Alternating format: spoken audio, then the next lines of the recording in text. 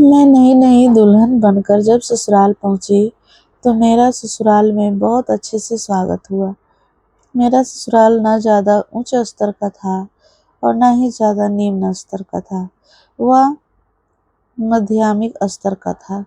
लेकिन मुझे अपने सास-ससुर बहुत सीधे-साधे व्यक्तित्व के लगे।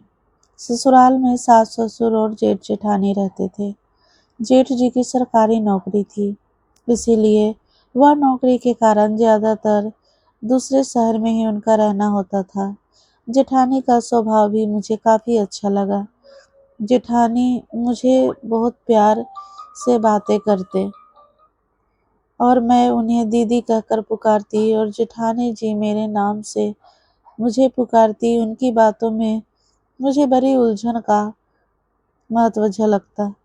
मैं उनकी बहुत इज़्ज़त करती थी। मैं जब ससुराल में शादी करके आई तो मेरी जेठानी ने ही मेरे सुहागरात के कमरे को बहुत अच्छे से सजाया था। यह देख कर के मैं चौंक गई थी और मेरे चेहरे पर शर्माहट के साथ-साथ एक हल्की मुस्कान भी आ गई थी और राजीव जी के चेहरे पर भी शर्म झलक रही थी। मैं सुहाग के सेज पर बनी दुल्हन बनी बैठी थी। तभी जेठानी जी राजीव जी को कमरे में लाती है और छेड़ कर उन्हें कमरे की ओर धक्का दे करके कमरे का दरवाजा बंद कर देती है। मैं शर्म के मारे अपने नज़रों को नीचे करके बैठी थी। राजीव जी कमरे में आते हैं और बिस्तर पर बैठ जाते हैं। थोड़ी देर यूं ही वह मुझे निहारते हैं। इसके बाद कहते हैं, पुष्पा तुम बहुत खूबसूरत हो। मैं तुम्हें आज की रात जी भर देखना चाहता हूँ। उनके इतना कहने भर से मैं शर्म के मारे लाल हो गई। उन्होंने अपने हाथों से धीरे धीरे करके मेरे घूंघट को हटा दिया और मुझे बिस्तर पर लेटा दिया। मैं शर्म के मारे अपनी आंखों को बंद किए थे। उन्होंने धीरे से कहा, पुष्पा अपनी नज़र तो उठाओ। आज हमारी सुहागरात है, क्या तुम मेरे साथ नहीं दोगी? मेरी धड़कन तेज थी। मैं कुछ कह नहीं पा रही थी। मेरे होठ फरफरा रहे थे, लेकिन जवाब बाहर नहीं आ रही थी। मैं कुछ बोल नहीं पा रही थी। मेरी नज़र अब भी बंद थी। उन्होंने मेरे ब्लाउज को एक-एक बटन को खोलने लग गए। उनके हाथ लगाते ही मेरा पूरा बदन कांपने लग गया। मेरी धड़कनें तेज हो रही थी। वह मेरे सीने को सहला रहे थे। उन्होंने ब्लाउज के एक-एक बटन को खोलकर अलग कर दिया। वह मेरे सीने को अपने हाथों में लेकर के दबाने लग गए।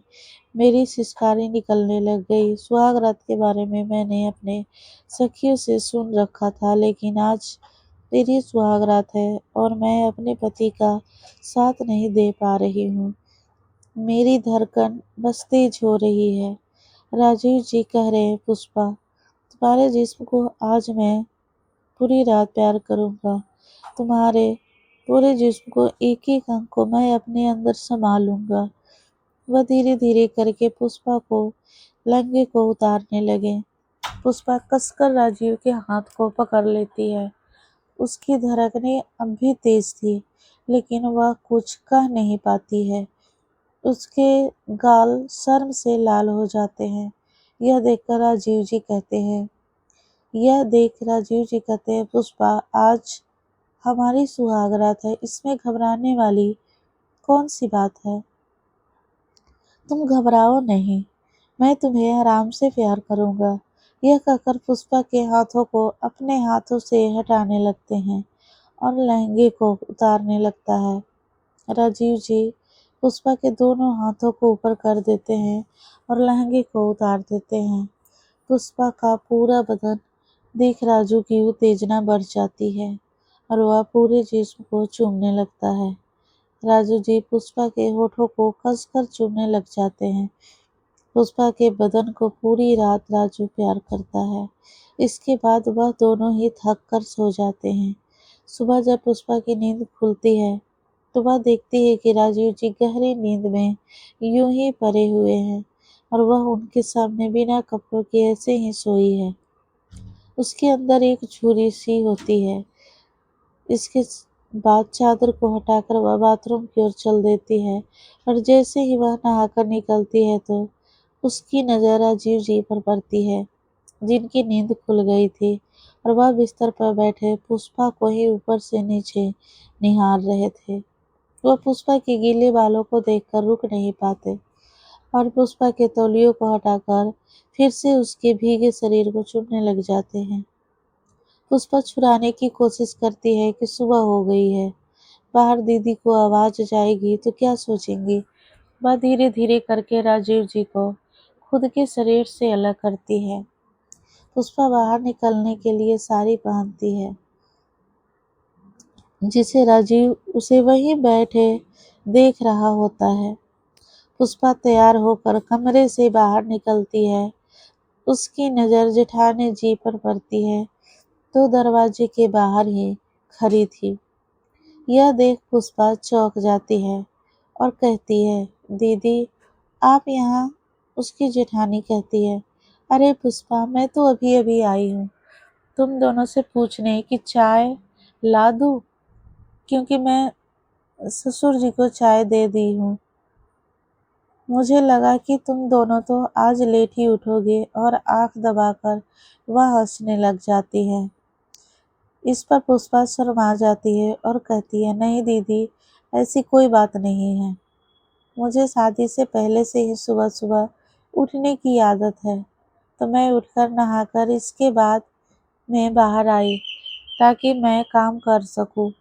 जेठानी जी कहती हैं, अरे वाह पुष्पा, तुम्हारी तो बहुत अच्छी आदतें हैं। मैं तो शादी से पहले लेट से उठा करती थी, लेकिन शादी के बाद अब मैं जल्दी उठ जाया करती हूँ। तो चलो जब उठ गई हो तो चाय पी लो, मैं चाय गर्म करके लाती हूँ। पुष्पा कहती है, दीदी आप रहने दो मैं गर्म कर लेती हूँ। और पुष्पा किचन में चली जाती है। उसकी जेठानी अपने देवर राजीव के पास आती है और कहती है, क्यों देवर जी, पूरी रात कैसे गुजरी। यह सुन राजीव अपने सर को नीचे कर लेता है। पुष्पा 3 कप में चाय ले आती है, एक अपने जेठानी को पकड़ाती है और एक अपने पति को और एक खुद लेती है और तीनों आपस में बातें करते हुए चाय पीने लगते हैं। एक दिन सास ससुर को गांव खेती बाड़ी के काम से जाना पड़ता था, जिससे वह सुबह सुबह ही उन्हें कह गए कि हमें जाने में कुछ दिन आने में कुछ दिन लग जाएगा, तो तुम लोग अपना ध्यान रखना। इसके बाद वह गांव के लिए बस से रवाना हो गए। जब रात होती है तो पुष्पा अपने कमरे में लेट रही होती। उसकी जेठानी कमला अपने देवर को कहती है, सास ससुर तो गांव के लिए चले गए, आज रात जब पुष्पा सो जाए तो तुम कमरे में आ जाना। बहुत दिन हो गए, मैं देख रही हूँ कि तुम मुझे नज़रअंदाज अंदाज कर रहे हो और यह मैं बर्दाश्त नहीं कर सकती। वह गुस्से में राजू को कहती है। राजू सहम जाता है और वह अपने कमरे में आता है। पुष्पा राजू को देखकर कहती है, क्या हुआ, आप थोड़े उदास लग रहे हो। राजीव कहता है, ऐसी कोई बात नहीं, मुझे नींद आ रही है। वह एक और मुंह फेर के सो जाता है। पुष्पा को कुछ अजीब सा लगता है। पुष्पा राजीव के करीब जाती है और उसके सर पर हाथ रखकर उसके बालों में उंगलियां फेरने लग जाती है। धीरे धीरे राजीव के सीने में हाथ लगाती है ताकि राजीव उत्तेजित हो और उसे प्यार करे, लेकिन वह पुष्पा के हाथों को हटा देता है। यह देख पुष्पा को और भी अजीब लगता है। राजीव का यह हरकत देख पुष्पा कहती है, लगता है आप मुझसे नाराज हो, लेकिन क्यों, आप यह मुझे बताओगे नहीं तो मैं कैसे जानूंगी। राजीव कहता है, नहीं मुझे आज नींद आ रही है। पुष्पा कहती है, लेकिन आप कुछ आज बदले बदले से लग रहे हो। राजीव कहता है कि नहीं, थोड़ी सर दर्द है। तो पुष्पा कहती है, बस इतनी सी बात है, मैं अभी मलहम लगा देती हूँ। पुष्पा उठती है और मलहम लेकर आती है, राजीव के सर पर लगाती है। राजीव को अच्छा लगता है। वह पुष्पा की ओर मुंह करता है और उसके गोद में सर रख लेता है। पुष्पा कहती है, मैं एक दिन भी आपके बिना प्यार के नहीं रह सकती। राजीव धीरे धीरे पुष्पा को अपनी बाहों में भर लेता है। राजीव भी पुष्पा को प्यार करना चाहता था, लेकिन कमला की नज़र हर वक्त राजीव और पुष्पा के कमरे की ओर रहती है। पुष्पा के कमरे की खिड़की खुली रहती है, जहाँ से कमला यह सब करते हुए उसे पूरी रात देखती है, कि यहाँ तक कि सुहाग रात में भी जो भी जिस्मानी संबंध बना, वह सब कुछ कमला देख रही थी। सुहाग रात में देवर राजीव जी को कमरे के अंदर करने से पहले ही कमला ने राजीव से कह दिया था कि कमरे की खिड़की खुली रहनी चाहिए। राजीव को मजबूरन कमरे की खिड़की खुली रखनी पड़ी थी और उसने पर्दा लगा दिया था ताकि पुष्पा को पता न चल सके। राजीव चाह कर भी कुछ न कर सकता था। राजीव ने पुष्पा को बाहों में भरकर उसके साड़ी के पल्लू को हटा दिया और उसके सीने को चूमने लग गया। पुष्पा का भरा हुआ सीना राजीव को मदहोश कर देता। वह उसके जिस्म को ऊपर से नीचे चूमता और उसे पूरी रात प्यार करता। कमला को लगता कि वह अब राजीव को प्यार न पा सकेगी, इसलिए वह गुस्से से तिलमिलाती जाती है। जब पुष्पा को प्यार का राजू सुला देता है, तो कमरे का दरवाजा लगाकर कमला के पास चले जाता है। कमला के कमरे में जैसे ही राजू आता है, कमला बेसब्री से राजू का इंतजार कर रही होती है। राजीव को देखते ही वह कहती है, आओ देवर जी, मैं आपका इंतजार कर रही थी, बहुत दिन हो गया।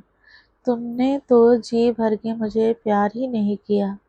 राजीव कमला के पास आता और कहता है कि मैं यह सब अब नहीं कर सकता आपके साथ। यह सुनकर कमला गुस्से से देखती है और कहती है, तुम्हें पूरी जिंदगी मेरे जिस्म को प्यार करना पड़ेगा, वरना इसका अंजाम तो तुम अच्छी तरह जानते हो। राजू यह सुन घबरा जाता है। राजू को मजबूरन कमला के साथ सोना पड़ता है। कमला राजू को पूरी रात अपने साथ प्यार करने को मजबूर करती है। सुबह होने से पहले ही राजीव अपने कमरे में पुष्पा के पास जाकर सो जाता है। यह सिलसिला कई महीनों तक चलता है। एक दिन पुष्पा की नींद आधी रात में खुल जाती है और वह देखती है कि राजीव जी बिस्तर पर नहीं हैं। उसे लगता है राजीव जी पानी पीने गए होंगे या फिर बाथरूम गए होंगे, लेकिन बहुत देर हो जाती है और राजीव जी नहीं आते हैं, तो उसे कुछ अजीब सा लगता है और वह कमरे से धीरे धीरे बाहर निकलती है।